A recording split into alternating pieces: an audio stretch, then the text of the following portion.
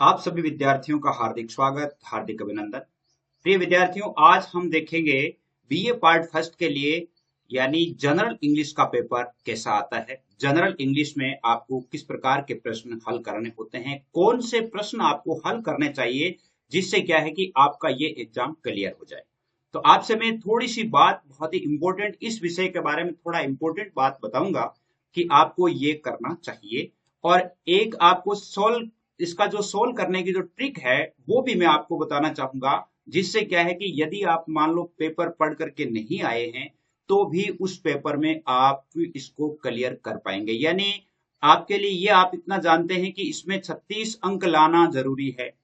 जो विद्यार्थी 36 अंक नहीं लाते हैं तो उनके लिए ये पेपर ड्यू रह जाता है, और ड्यू रहना ये ठीक नहीं है। यानी कंपलसरी के जितने भी पेपर है, चाहे हिंदी का है, जनरल हिंदी है, जनरल इंग्लिश है, चाहे कंप्यूटर है, चाहे एनवायरमेंटल स्टडी है, इनमें से कोई भी पेपर है तो वो आपके यानी ड्यू नहीं रहना चाहिए, एक बार में ही आपको निकाल लेना चाहिए।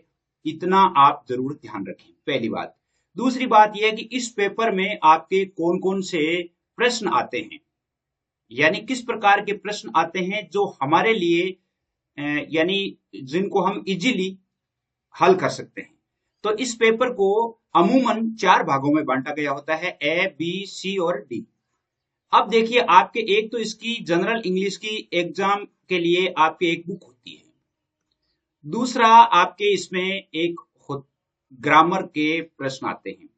तीसरी बात, इसमें कंपोजिशन आता है। यानी लगभग तीन जो ये पार्ट है, इन 3 पार्ट्स पर वो डिपेंडेंट होती है। किताब में से आते हैं, ग्रामर होती है और कंपोजिशन होता है। अगर मान लो बहुत सारे विद्यार्थी होते हैं जिनके पास बुक होती नहीं है, बुक होती ही नहीं है, और आपसे एक बात और आपसे बता दूं कि ये पेपर बहुत सरल आता है। इस पेपर को क्लियर करना बहुत आसान है, लेकिन क्लियर करने के लिए आपको कुछ ट्रिक्स अपनाने होंगे। यानी कुछ आपको देखना होगा कि मुझे क्या हल कर, जैसे मैं पेपर आपके सामने अभी हल करके देखता हूं, दिखाता हूं कि आपको किस प्रकार करना चाहिए। अब रही बात, जैसे मान लो बुक की बात, बुक तो बहुत कम विद्यार्थियों के पास होती है। ग्रामर रही, अब ग्रामर जैसे मान लो 12th में आपने जो ग्रामर पढ़ी है, 10th में जो ग्रामर पढ़ी है, वो ही ग्रामर है। अगर मान लो कई विद्यार्थियों ने तैयारी नहीं की है तो कॉलेज से संबंधित जितने भी ग्रामर के टॉपिक है उनके वीडियो में जल्दी ही आपको उपलब्ध करवा दूंगा, ताकि क्या है कि आप उससे संबंधित कोई भी प्रश्न है वो आपके गलत नहीं हो। दूसरी बात है कंपोजिशन की। तो ये यदि आप ग्रामर का पार्ट और कंपोजिशन का पार्ट, ये तो जनरल पार्ट होता है, आप छठी क्लास से पढ़ते आए हैं और छठी क्लास से लेकर के 12th क्लास तक जो पढ़ा है उसी का आपको पूछा जाता है। यही तो जनरल इंग्लिश है। तो इसमें आपको घबराने की जरूरत नहीं, अच्छी तरह से आप पास हो जाएंगे। लेकिन आपको कुछ ट्रिक्स अपनानी होगी, वो ट्रिक्स पर हम बात करते हैं हम सबसे पहले ग्रामर की। तो आपके इसमें जैसे ये पेपर है, इसमें जैसे 100 अंकों का पेपर है, तो इसमें इसको 4 भागों में 25-25 अंकों के हिसाब से डिवाइड किया गया है। तो आप जैसे दो ही आपको 50 अंक लाने हैं, यानी 50% पेपर को हल करना है। 50% पेपर को हल, जितने 50 अंकों तक के प्रश्न, तो आपको एक तो ग्रामर चूज करनी चाहिए, एक तो आपको ग्रामर चूज करनी चाहिए, एक आपको कंपोजिशन चूज करना चाहिए, और एक इसमें आपके पैसेज आते हैं। पैसेज सबसे अच्छी बात है, पैसेज में से सारे प्रश्न आप करें, पैसेज का कोई प्रश्न गलत आपके नहीं होगा, इतना मुझे पूरा कॉन्फिडेंस है। तो आइए देखते हैं इस पेपर को कि पेपर में है क्या। देखिए, सबसे पहले आपकी ग्रामर का सवाल है। ये सवाल देखिए, यानी 5 सवाल है इसमें और 2.5 अंक है, और ये ऐसा भी हो सकता है और एक एक अंक का प्रश्न भी इसमें दिया जा सकता है, ये उन पर डिपेंड करता है। तो इसमें क्या भरना है, देखिए, fill in the blanks with appropriate determiners. Determiners आप जानते हैं कौन कौन से, जैसे आपके जितने भी आर्टिकल है वो डिटरमिनर्स में आते हैं, है ना। और इसके अलावा जैसे डिटरमिनर्स में ए, एन, द है, और भी जो डिटरमिनर्स है वो उसमें आते हैं, जैसे सम है, एनी है, यानी ये जैसे डिटरमिनर्स में ही आते हैं। डिटरमिनर्स का अर्थ होता है कि इनमें निर्धारक होते हैं, वो उनका नंबर यानी निश्चित है, वो निश्चित रूप से उनको भरना ही होता है। जैसे देखिए, यदि हम इसमें भरें, जैसे मान लो इसको भरते हैं डिटरमिनर्स में, जैसे देखिए, इन लव्स ए स्ट्रॉन्ग वीमेन, इन ए गर्ल लुक्स, यानी इन, जैसे इसमें ए भर दिया, the student talks too much, तो इसमें दे भर सकते हैं, the student talks too much. Boys are there, boys are there, some boys are there, some भर दिया इसमें। और जैसे ऑफ द है, of the girls left the camp, अब इसमें आप जैसे देखो दो बात कर सकते हैं, एक तो some of the girls left the camp, some भर सकते हैं, और इसमें वन भी भर सकते हैं। One of the girls left the camp, यानी लड़कियों में से एक लड़की ने कैंप छोड़ दिया या कुछ लड़कियों ने कैंप छोड़ दिया। तो डिटरमिनस भी आपको ध्यान में रखना है। डिटरमिनस का मैं एक पूरा वीडियो बना दूंगा, डिटरमिनस का पूरा एक वीडियो जो आजकल में ही जारी कर दूंगा। यदि आप उचित समझे तो आप मुझे बताइएगा। और जैसे house is situated near the lake, house is situated, अब जैसे हाउस है तो आप इसमें सीधा ही भर दो, the house is situated near the lake, यानी जो घर है वो क्या है कि लेक के पास में है, झील के पास में है। आपके नंबर पूरे, यानी आप में इसमें ये निर्धारक तत्व है वो आप भर सकते हैं। इसके बाद देखिए इसमें दिया हुआ है कि fill in the blanks appropriate from the verb given in the brackets. यहां पर देखिए कोष्टक में जो ये क्रिया दी गई है वर्ब है, अब यहां आपको क्या है कि टेंस आना जरूरी है। तो आपके लिए पहला टॉपिक एक डिटर्मिनस को हो गया, दूसरा टेंस का टॉपिक हो जाता है। टेंस का ज्ञान आपको होना चाहिए। वैसे टेंस मेरे पढ़ाए हुए हैं, यदि आप अच्छी तरह से देखना चाहें तो देख सकते हैं, आपके लिए आगे भी काम आएंगे। टेंस अच्छी तरह से पढ़ाए हुए हैं, वो आप देख सकते हैं। Fill in the blanks with the appropriate form of the verbs given in the brackets, आपको कोष्टक में दी गई जो क्रिया है उसका पूरा रूप होना। द काउ ग्रास, अब जैसे आप इसको दो तरह से पढ़ सकते हैं। एक तो आप जैसे प्रेजेंट इंडेफिनिट में आप इसको कर सकते हैं। प्रेजेंट इंडेफिनिट में पढ़ेंगे तो जैसे ईट का ईट्स हो जाएगा, क्या हो जाएगा यहाँ पर, द काउ ईट्स ग्रास, यानी गाय है वो घास खाती है।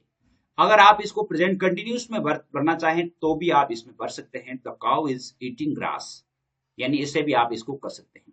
आगे देखिए डू है, आगे रोंग है ना। तो जैसे मान लो इसको आप प्रेजेंट इंडेफिनिट में भर सकते हैं, और आप इसको किस में भर सकते हैं, पास्ट में भी भर सकते हैं। He did wrong, he does wrong, इसमें भी भर सकते हैं। राइट देखिए लेटर, मीरा एक पत्र लिखती है, इसको आप प्रेजेंट, यानी इसमें देखिए आपके सॉल्यूशन में आपको जैसे प्रेजेंट में पास्ट में दोनों में आप इस लेटर को भर सकते हैं। अगर आप इसको पास्ट में भरेंगे तो आ जाएगा Meera wrote a letter, past indefinite में हो जाएगा। अगर मान लो आप इसको प्रेजेंट इंडेफिनिट में भरना चाहते हैं तो आप इसको भर सकते हैं कि मीरा राइट्स ए लेटर, इसको राइट्स ए लेटर भी भर सकते हैं।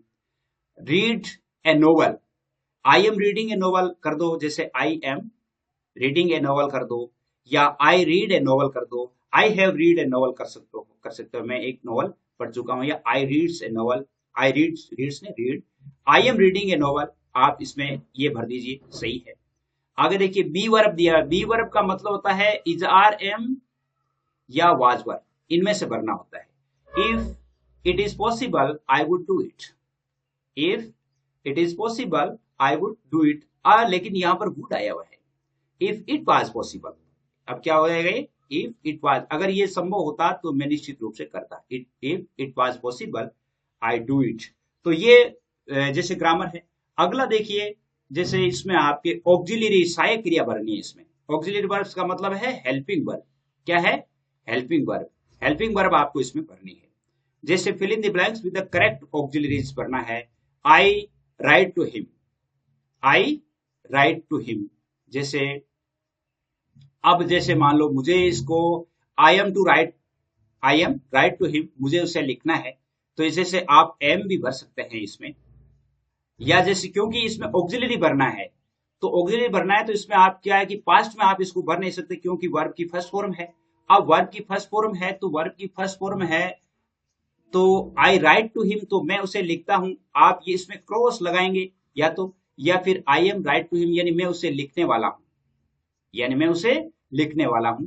या जैसे आप इसमें आप ये भी भर सकते हैं, I will write to him या I shall write to him, आप इसको फ्यूचर इंडेफिनिट में भर सकते हैं। आई से राइट टू हिम, यानी मैं उसे लिखूंगा, आई से राइट टू हिम, इतना आप भर सकते हैं। ये सेल का प्रयोग कर सकते हैं। और जैसे मान लो यदि आप ज्यादा ही गहराई में जाते, I am write to him, यानी मैं उसे लिखने वाला हूं, या आई राइट टू हिम, मैं उसे लिखता हूं। आई राइट टू हिम का मतलब है जैसे ये भी उसी का अर्थ यही होगा कि मैं उसे लिखूंगा, तो आप इसे ही भर सकते हैं। आगे देखिए, will U A cup of tea with me, will U A cup of tea with मी। तो इसमें देखिए जैसे इसमें टेक आप भर सकते हैं, will you take a cup of tea with me, ये हो सकता है। और इसमें आप भर सकते हैं जैसे ही बोट ए न्यू शर्ट, जैसे या तो आप इसमें क्रॉस भर सकते हैं या फिर हेड का प्रयोग कर सकते हैं, he had bought a new shirt, यानी उसने नया कमीज खरीद लिया। आगे देखिए इसमें कैन भर सकते हैं, I can read this letter for you, कि मैं ये लेटर आपके लिए पढ़ सकता हूं।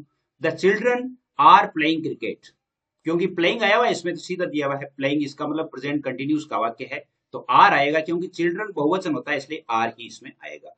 अगला देखिए प्रीपोजिशन का है। प्रीपोजिशन में देखिए प्रीपोजिशन, तो इसका मतलब क्या हुआ कि आपके एक तो टेंस आ गया, डिटर्मिनर्स आ गया, दूसरा वाक्य है आपके प्रीपोजिशन का। प्रीपोजिशन का वीडियो यदि आप चाहें कि भाई हमें ग्रामर का एक मुश्त वीडियो बनाया जाए, बना करके दिया जाए, तो आपको वो दे दिया जाएगा। अब ये भी 2.5 अंकों के प्रश्न है, 5 प्रश्न है। The students are proficient, students are proficient. अब इसमें आपको प्रीपोजिशन भरना है, तो इसमें देखिए आप इन इंग्लिश पढ़ सकते हैं। इसके अलावा these students are slow to grasp the new concept, इसमें टू भर दिया। स्लो, जैसे देखिए इसमें 2 क्रियाएं हैं, एक तो स्लो है और ये भी है। वैसे ये अभी क्रिया नहीं है, लेकिन ग्रास्प का है, ग्रास्प ये है, तो इससे यदि दोनों को डिफाइन करेंगे जिसमें टू का प्रयोग हो जाएगा। इन्फेस्टेड बाय रेट्स हो जाएगा, the place is infested by rats हो जाएगा। I can not agree with your opinion, I do not confide in everyone, तो ये हो जाएगा। अब एक आपके लिए बहुत ही अच्छा प्रश्न आ रहा है, ये इस प्रकार का प्रश्न आता है ना, आपको make one sentence each of the following pattern, इस पैटर्न के आधार पर आपको एक सेंटेंस बनाना है। Subject plus verb plus of, आप सोचेंगे कि ये क्या दिया हुआ है, तो सबसे पहले सब्जेक्ट का मतलब होता है, आप जानते हैं कि जैसे करता है वो कर्ता, इसके बाद क्रिया, उसके बाद कर्म, ऐसे बनाना है, कर्ता क्रिया कर्म। तो आप इसमें आप सीधा सा सेंटेंस बना दीजिए। मुख्य बात यह है कि आप सेंटेंस बना दीजिए, जैसे आप ये लिखेंगे कि आई एम, जैसे ऑब्जेक्ट आना चाहिए, जैसे मान लो आप ये लिखेंगे आई विल या I shall give you a book, आप ऐसे बना देंगे, कोई समस्या नहीं है। Subject plus verb plus complement का बना देंगे। कंप्लीमेंट का मतलब है कि जैसे मान लो सब्जेक्ट और वर्ब के अलावा आपको जैसे उसके आधार पर पूर्ति करने वाले, जैसे he is reading in the room, यानी वह कमरे में पढ़ रहा है। अब क्या पढ़ रहा है, इसमें ऑब्जेक्ट नहीं दिया हुआ है। आप देखिए इसमें subject plus verb plus adverb भरना है। एडवर्ब का मतलब होता है क्रिया विशेषण, है ना, तो ही वॉक्स स्लोली, ही वॉक्स स्लोली भर दो। Subject plus verb plus indirect object plus direct object, ये मैंने अभी दिया है, देखो I shall give you a pen या बुक, आप इसको आप ऐसे करेंगे, या जैसे मान लो आप ये भी लिख सकते हैं I gave him a book. इसमें क्या है, डायरेक्ट ऑब्जेक्ट भी है, बुक तो डायरेक्ट ऑब्जेक्ट है, हिम है वो इनडायरेक्ट ऑब्जेक्ट है, तो इसमें आप भर सकते हैं। इसी प्रकार subject plus verb plus object, आपको करना क्या है, इसमें आपको एक सेंटेंस बना देना है, ये ध्यान रखेंगे आप, क्योंकि पेपर लंबा हो जाएगा, पेपर काफी पड़ा है अभी। तो आगे देखिए, तो इसका मतलब है सेंटेंस पैटर्न आता है। इसके अलावा आपके आता है इनमें से देखिए ए और सी, इनमें से आपको अटेम्प्ट एनी टू, इनमें से एनी टू अटेंड करना है। 5 प्रश्न है, 5 अंकों के प्रश्न है। Change the following sentence passive voice. अब आपके जैसे एक्टिव पैसिव के वीडियो मेरे बनाए हुए हैं, एक्टिव पैसिव के बहुत ही अच्छी तरह से वीडियोस बनाए हुए हैं, यदि आप चाहें तो देख सकते हैं। लता गेव मी ए पेन, आपको पता है गेव मी है तो ये पास्ट इंडेफिनिट का आप इसको कैसे बनाएंगे, a pen was given to me by Lata, इस तरह हो जाएगा। Sohan is reading a book is being read by Sohan. आप इसमें ये ध्यान रखेंगे, एक तो बाई का प्रयोग करना है, वर्ब की थर्ड फॉर्म का प्रयोग करना है। तो आपको करना कैसे, इसका सूत्र देख लीजिए आप।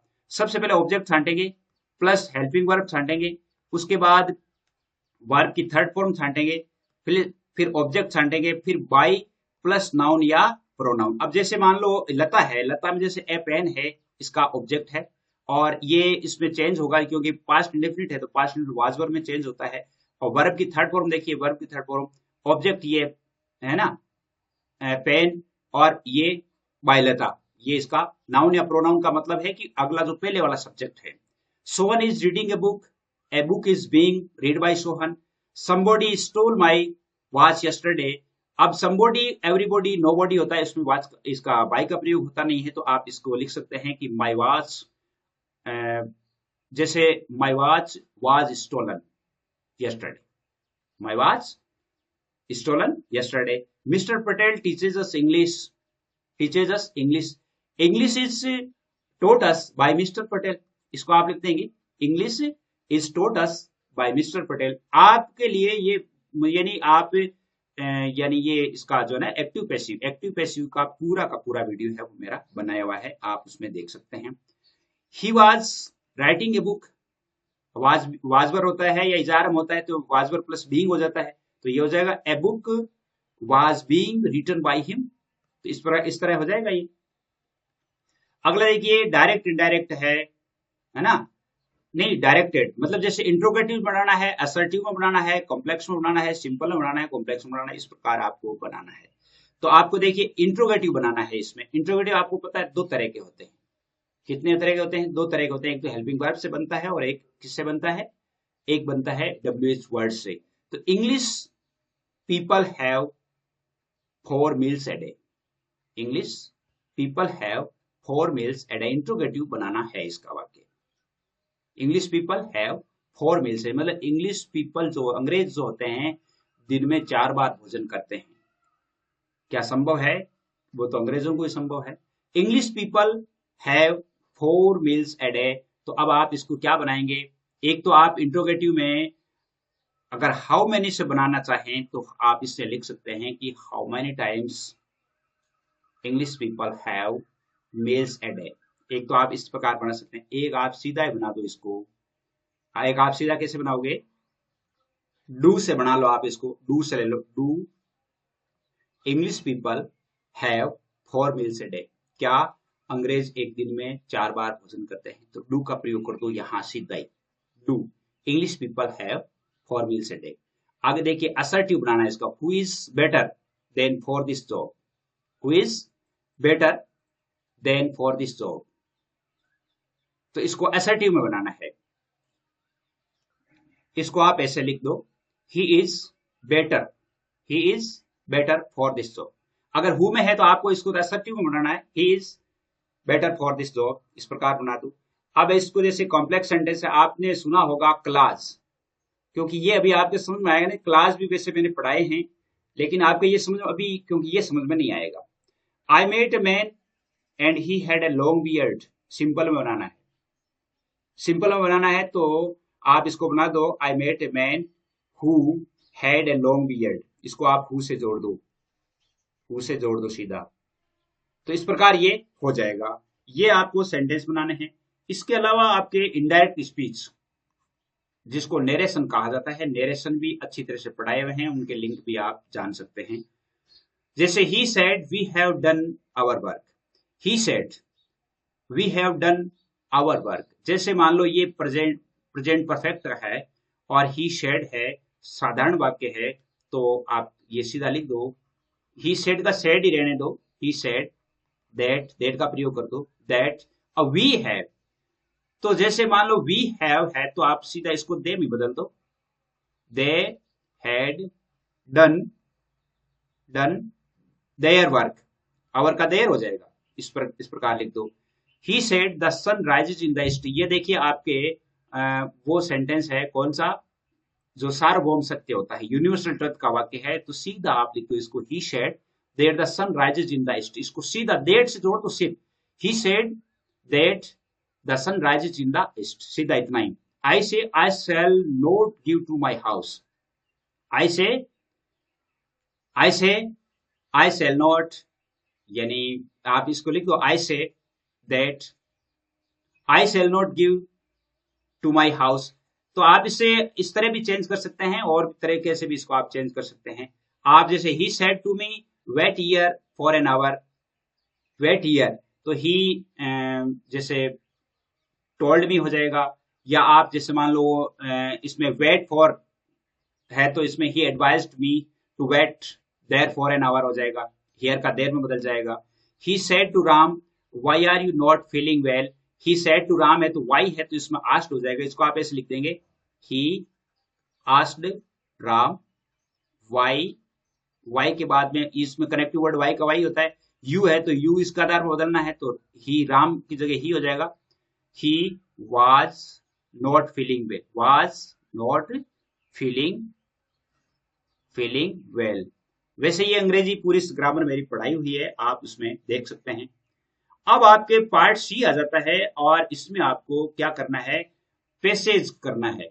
पैसेज आप कर ही लेंगे, पैसेज में कोई आपकी समस्या आएगी नहीं। पैसेज आएगा ये 10 नंबर का पैसेज कर लेना आप। एक तो मैंने आपसे पहले ही कहा था पैसेज आएगा, पैसेज आप 10 नंबर का कर लेना।